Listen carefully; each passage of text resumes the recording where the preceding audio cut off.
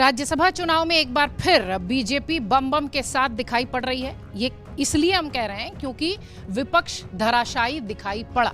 अब ये संगठन की मजबूती थी या आंकड़ों का खेल? जो पार्टियां कमजोर होती हैं, जिनको अपना उस पार्टी में रहते हुए कोई आगे का भविष्य नहीं दिखाई पड़ता कि हमारा क्या होगा, वो तात्कालिक फायदे और लाभ के लिए वो चले जाते हैं। अब ये हो रहा है, यही हुआ उड़ीसा में, यही हुआ है बिहार में यही हुआ, सब जगह यही हुआ है। इन तीनों ही राज्यों में मुस्लिम विधायकों ने भाजपा को जिताने का काम किया, चाहे वह बिहार हो, चाहे वह उड़ीसा हो, चाहे वह हरियाणा हो। कांग्रेस के उड़ीसा की दयनीय स्थिति को उजागर करने के साथ साथ कई बार जो कैंडिडेट्स हम देते हैं या जिस कैंडिडेट को सपोर्ट करने के लिए कहते हैं वो फिर अंदर नहीं उतरता है। नेतृत्व तो कांग्रेस का बहुत कमज़ोर हो चुका है। वो जबकि ये था कि खड़गे साहब अध्यक्ष बनेंगे तो शायद कुछ स्थितियाँ बेहतर बनेंगी, लेकिन होता हुआ दिखाई नहीं दे रहा है। एक कंफ्यूजन में है और टाइमली एक्शन नहीं होता। फिर से ये बता दिया कि कांग्रेस के लोगों ने नेहरू गांधी परिवार की लीडरशिप को नकार दिया है, उन्होंने राहुल गांधी की लीडरशिप को नकार दिया। राहुल गांधी जी को अपना सोशल एजेंडे के अलावा पार्टी कहाँ जा रही है, पार्टी में कौन स्ट्रेटजी कर, उनका तो कहना है जिसको रहना है रहे, जिसको जाना है जाए। वही लोग रहेंगे जो बिल्कुल 24 कैरेट के प्योर होंगे, हमारी विचारधारा और हमारे साथ, वो हमारे सोल्जर होंगे, बब्बर शेर होंगे जो उनके वो कहते हैं। बाकी जो कमजोर हैं वो अपने चले जाएं। उन्होंने बिल्कुल खुला छोड़ दिया। राज्यसभा चुनाव में एक बार फिर बीजेपी बम बम के साथ दिखाई पड़ रही है। ये इसलिए हम कह रहे हैं क्योंकि विपक्ष धराशायी दिखाई पड़ा। अब ये संगठन की मजबूती थी या आंकड़ों का खेल, ये विश्लेषण का विषय है। लेकिन हाँ, हरियाणा देखिए, ओडिशा देखिए, बिहार देखिए, हर जगह पूरी तरह से बीजेपी ने अपने हिस्से के जो भी वोट थे वो लिए।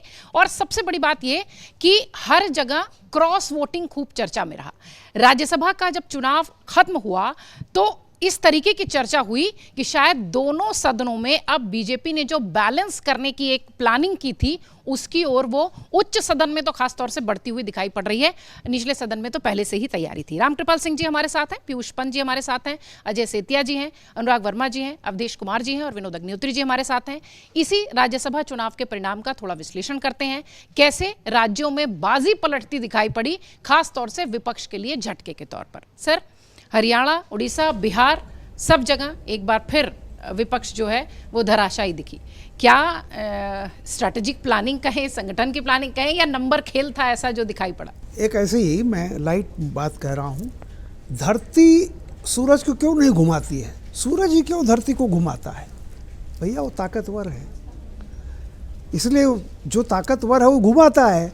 और ये कोई पहली बार नहीं हो रहा है। आप देखिए, जब से हो रहा है हमेशा ये होता है कि कांग्रेस के लोग ही क्यों डिफेक्ट करते हैं या बाकी क्षेत्रीय पार्टियों के लोग ही क्यों डिफेक्ट करते हैं।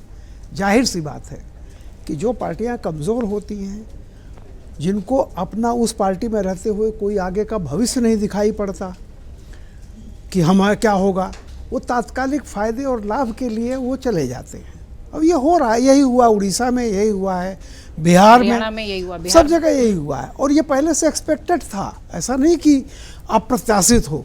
ठीक है अजय सर, ये जो उड़ीसा और बिहार में दिखा विपक्ष की जो स्थिति नजर आई, क्या ये जो एकता की बात होती है या INDIA गठबंधन की जो अपनी बात होती है, ये सिर्फ कागज पर ही दिख रहा है क्या? क्योंकि अब राज्यों में तो दिख ही रहा है, उच्च सदन में भी तस्वीर ऐसी ही दिखी।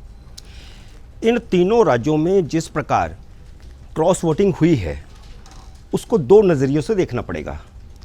एक तो तीनों ही राज्यों में कांग्रेसी विधायकों ने क्रॉस वोटिंग की है या फिर साइलेंटली अलग हो गए और उसको भाजपा को फायदा पहुंचाया।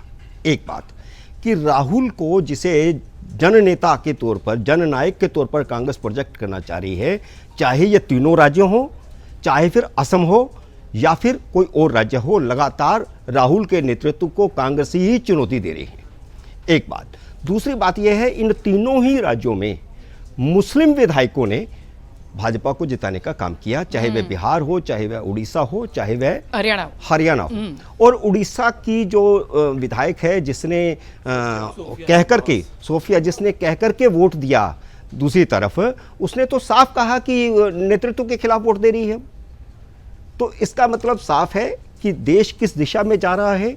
मुस्लिम विधायक, जो चुने हुए नेता, मैं जन सामान्य की बात नहीं कर रहा कि जो एंटी बीजेपी वोट देता है या बीजेपी को हराने के लिए वोट देता है, लेकिन जो चुने हुए विधायक हैं वो ये महसूस करते हैं कि अगर उन्हें अपने क्षेत्र का विकास करना है और अपने क्षेत्र को दूसरे क्षेत्रों के बराबरी पर ला करके खड़ा करना है, अगली बार उनको अगर चुनाव जीतना है तो उन्हें सत्ताधारी पार्टी के साथ जाने में ही लाभ है। ये इन तीनों राज्यों में हमें राज्यसभा चुनाव में देखने को मिला। और इसका असर ये होगा कि जो दूसरे दलों के नेता होते हैं, जो उन कैंडिडेट्स के मुकाबले होते हैं, उनमें थोड़ी सी कमजोरी आती है निश्चित रूप से, क्योंकि इनका कुछ लाभ तो मिलेगा ही मिलेगा। अगर आपने राज्यसभा में भारतीय जनता पार्टी के या उसके समर्थक को जिताया है तो उसका कुछ ना कुछ तो अंडरग्राउंड बार्गेनिंग होती ही होती है। मैं ये नहीं कहता कि पैसे की, जैसे राम कृपाल जी कह रहे हैं कि धनबल का इस्तेमाल हुआ होगा, मैं समझता हूँ कि धनबल का इस्तेमाल इसमें ना भी हुआ हो, इसकी संभावना भी कम होती है। इसका एक लाभ राज्यसभा के समय सत्ताधारी पार्टी को इसलिए भी हो रहा है क्योंकि जो कानून है उस कानून के मुताबिक दूसरी पार्टी को वोट देने पर उसकी सदस्यता नहीं जाती। तो अगर तो इस ढंग से, जैसे पहले कानून में बदलाव किया गया कि आप जो है वोट डालते समय अपने जो पार्टी का प्रतिनिधि है उसको आप दिखाएंगे वोट, तो जब वो दिखाने का कोई अर्थ ही नहीं रह गया तो मैं समझता हूं कि चुनाव के अंदर अगर इसको ट्रांसपेरेंसी लानी है तो उसको पूरी तरह ट्रांसपेरेंसी लानी चाहिए। उसमें भी कानून में हमारी खामी है, इसलिए ये इस तरह क्रॉस वोटिंग होती है। बिल्कुल दिखती। अवधेश सर, बिखरता विपक्ष, बिखरती कांग्रेस, निखरती बीजेपी, उच्च सदन में भी वही दिख रहा है। नहीं, देखिए राज्यसभा के चुनाव में 37 सीटें थी, 26 तो जैसा सब लोगों ने बताया 26 तो निर्विरोध हो गया था, 11 पर मुख्य था। तो उसमें जो बिहार तीनों राज्यों में हो गया, हरियाणा में तो वैसे परिणाम वही आए, लेकिन जो तीसरे उम्मीदवार खड़े कर दिए गए थे ना, वो तीसरा सतीश नंदल, यानी कांग्रेस के करमबीर सिंह बौद्ध, भाजपा के संजय भाटिया। लेकिन इसमें कांग्रेस ने ज्यादा ये किया है। मल्लिकार्जुन खड़गे साहब ने चुनाव आयोग को पत्र लिखा, बयान दे दिया कि जो है चुनाव के निष्पक्षता पर हस्तक्षेप किया जा रहा है। भूपेंद्र सिंह हुड्डा ने कह दिया कि वोट चोरी की कोशिश हो रही, जब विजय हो गई तो बोले कि वोट चोरी को हमने हरा दिया। तो वह जो है वोट चोरी को हमने जो है हरा दिया कहा गया। एक एक जीते वो सतीश जिंदल का खेल नहीं चला है। जो हरियाणा में हुआ है ना वो महत्वपूर्ण था, क्योंकि दो के अलावा जो वहां के भाजपा के दो उम्मीदवार थे, एक तो प्रदेश के अध्यक्ष, एक दूसरे थे दिलीप रे को जो है निर्दलीय के तौर पर खड़ा किया गया था कि आप अपना वोट तय कर लीजिए। उसमें 8 बीजेडी के और 3 कांग्रेस के विधायकों ने वोट दी, उड़ीसा में। हाँ। और वो तीनों ने कोई छिपा के वोट नहीं दिया है, एक का तो हाँ। नहीं कर रहे, वो जाके दिया है। उस तीनों को मालूम था कि मैं दे रहा हूं, मुझे पार्टी से निकाल दो। पार्टी ने तीनों को निष्कासित किया है, उसके लिए वो तैयार होकर बैठे थे। इसका मतलब 2 बातें होती है कि कांग्रेस के उड़ीसा की दयनीय स्थिति को उजागर करने के साथ साथ कई बार जो कैंडिडेट्स हम देते हैं या जिस कैंडिडेट को सपोर्ट करने के लिए कहते हैं वो फिर अंदर नहीं उतरता है। भारतीय जनता पार्टी में भी होता रहता है कि भैया ये कैंडिडेट हमारे मन के, लेकिन चूंकि पार्टी अभी सशक्त है, केंद्रीय नेतृत्व सशक्त है, विजय की संभावना रहती है, इसलिए लोग वैसा शायद नहीं करते हैं। लेकिन जो पार्टी अगर कमजोर हो जाती है और तब आप कैंडिडेट मन से नहीं देते हैं, पार्टी की संभावनाएं कमजोर पड़ जाती हैं, तब यह स्थिति होती है। अब बिहार में कांग्रेस की क्या स्थिति होने वाली है? बिहार में 202 एनडीए के उम्मीदवारों सारे ने जाके अपना वोट डाल दिया। यहां से 4 लोग अनुपस्थित रह गए बिहार में। तो 4 को मालूम था कि हम अनुपस्थित रह रहे हैं, पहले से था कि ये गायब हैं कांग्रेस के लोग। कांग्रेस को पता नहीं चला कि कहां से, वहां के प्रदेश अध्यक्ष कहते रहे कि तीनों आके वोट डालेंगे और नहीं आए हैं। तो केवल ये नहीं है कि उनको खरीद लिया गया होगा, इतना ही नहीं होता है, वो ये भी है कि उनको मालूम है कि कांग्रेस का इस प्रदेश में, हमारा कांग्रेस में रहेंगे तो कोई भविष्य नहीं है, हमको इनके साथ पॉलिटिक्स करनी है। जो कैंडिडेट हैं इनको हम नहीं देना चाहते हैं वोट, तो इसलिए हमारा एक उपाय यही है कि हम जो है बाहर चले जाएं। ये एक बड़ा कारण होता है, इसलिए एक संकेत होता है कि पार्टियों को समझने का कि हम अपनी रीति नीति व्यवहार में कैसे परिवर्तन लाए कि ये स्थिति उत्पन्न नहीं हो। क्या ये जो लीडरशिप वाली क्राइसिस है वो जो केंद्र में दिखाई पड़ रही है वही राज्यों में भी दिख रही है? हरियाणा बिहार में भी वही नजर आया, शायद इसलिए राज्यसभा में इस तरीके की क्रॉस वोटिंग हुई। बिल्कुल, देखिए कहा जा सकता है कि निश्चित रूप से ये तो लगता है कि अगर केंद्र मजबूत नहीं है, केंद्र की लीडरशिप मजबूत नहीं है और टाइमली चीज़ों को सही करने के लिए अगर वो नहीं तैयार होती है तो इस तरह के नुकसान आपको झेलने पड़ते हैं। और ये हुआ भी है। आप हरियाणा में देखिए, गुटबाजी बहुत तगड़ी है, हुड्डा का अपना चलता है और अभी भी बड़ी कंट्रोवर्सी चल रही है। जिन 5 लोगों के नाम आ रहे हैं, ये कहा जा रहा है कि जो धरने पे बैठे, जिनसे उम्मीद थी कि वो क्रॉस वोटिंग करेंगे, वो कह रहे हैं कि दूसरों ने किया है और उनका नाम नहीं रिवील किया जा रहा, और कहीं हुड्डा के ही ग्रुप वाले लोग हैं। इस तरह की तो देखिए अभी भी ये चीज़ें चल रही हैं और ये केंद्रीय नेतृत्व को पता है। केंद्रीय नेतृत्व तो कांग्रेस का बहुत कमज़ोर हो चुका है। वो जबकि ये था कि खड़गे साहब अध्यक्ष बनेंगे तो शायद कुछ स्थितियाँ बेहतर बनेंगी, लेकिन होता हुआ दिखाई नहीं दे रहा है। एक कन्फ्यूज़न में है और टाइमली एक्शन नहीं होता। असम में हमने यही देखा, 2 महीने पहले जो है बारदोलोई जो है वो उन्होंने असंतोष अपना दिखाया था, तो उनको टैकल करने की कोई कोशिश नहीं की गई उस तरीके से जो है कि। तो निश्चित रूप से कांग्रेस की कमज़ोरी उसका केंद्रीय नेतृत्व है और टाइमली एक्शन नहीं होता है। टाइमली आप तमाम चीज़ें तो देखिए सामने आती ही रहती हैं।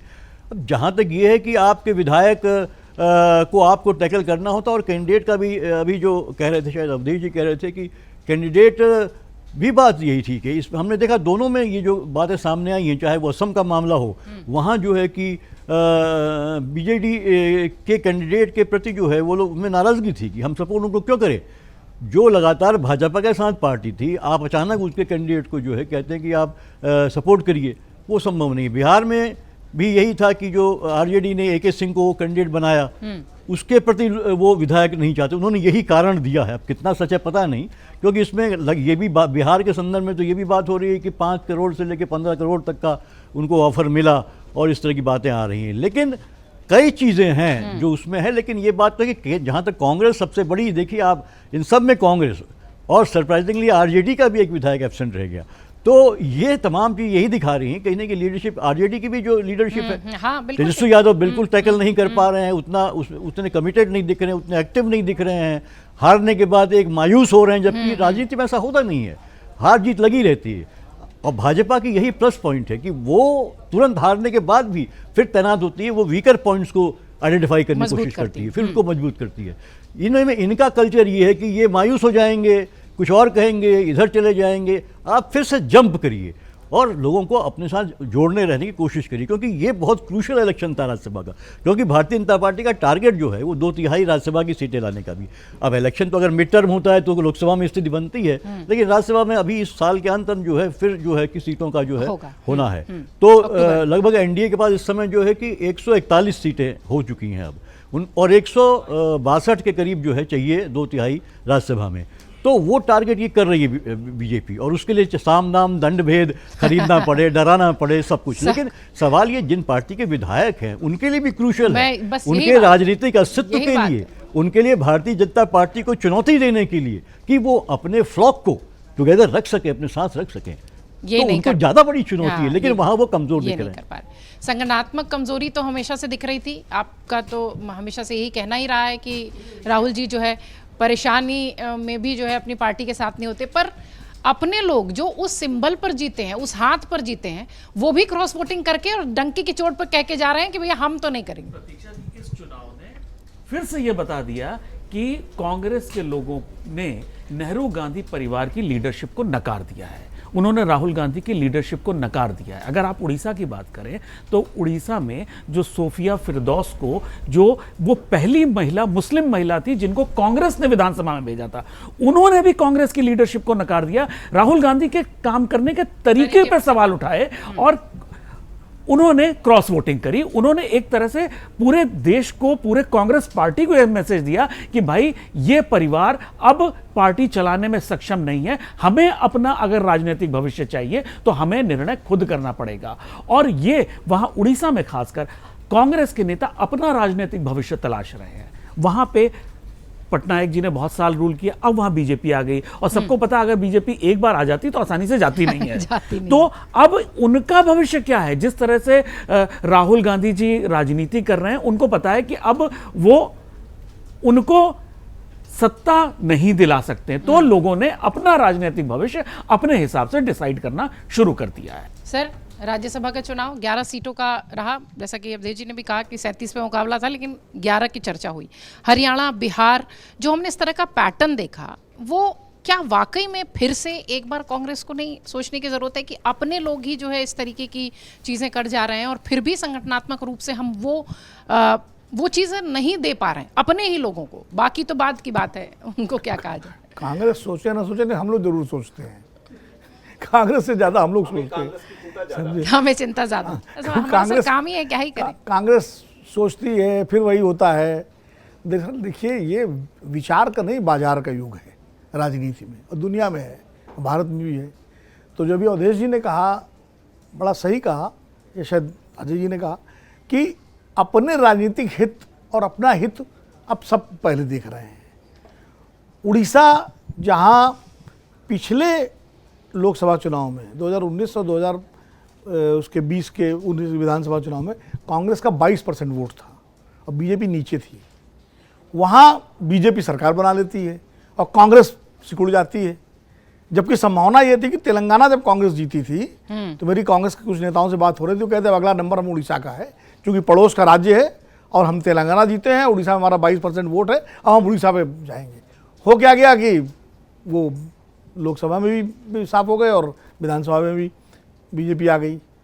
तो वो जो वहाँ विधायक जीत के आए, कुछ पार्टी के वोट से आए होंगे, ज़्यादातर जो जीतते हैं ऐसी स्थिति में जब पार्टी की स्थिति खराब होती है तो वो अपनी ताकत से जीतते हैं, उनकी अपना प्रभाव होता है विधायकों का। पार्टी का कुछ वोट एडिशनल आता है उनको, ऐसा नहीं कि नहीं आता, लेकिन ज़्यादातर ऐसी स्थिति में जीतने वाले वो अपनी ताकत से, जैसे उत्तर प्रदेश में प्रमोद तिवारी हमेशा जीतते हैं या उनकी बेटी जीत रही है, तो वहाँ कांग्रेस का वोट नहीं, प्रमोद तिवारी का वोट हो गया है, रामपुर खास में रामपाल जानते हैं। तो अब अगर प्रमोद तिवारी जी तय कर लें कि हमको दूसरी पार्टी बदलनी, तो कौन रोक सकता है उनको?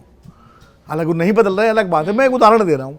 तो ऐसे में जो जीत के आई उड़ीसा से जो भी विधायक आए, तो उनको लगा भाई हम जीते तो अपने उससे हैं, तो उन्होंने अपना हित देखा कि भाई सरकार बीजेपी की है, अभी सरकार 2029 तक कहीं जाने वाली नहीं है, पूरे अच्छे बहुमत से सरकार चल रही है, तो हमको अपने क्षेत्र में काम भी कराना है, अपने तमाम सारे व्यक्तिगत काम भी होते हैं, क्षेत्र के भी काम होते हैं, तो सत्ता के साथ जाने में फ़ायदा है।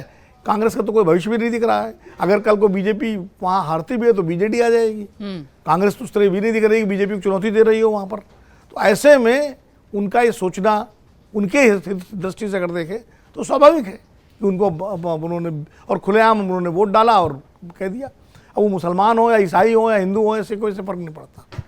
तो इसलिए मुझे लगता है ये तो एक बड़ा कारण है इस तरह की क्रॉस वोटिंग का उड़ीसा में।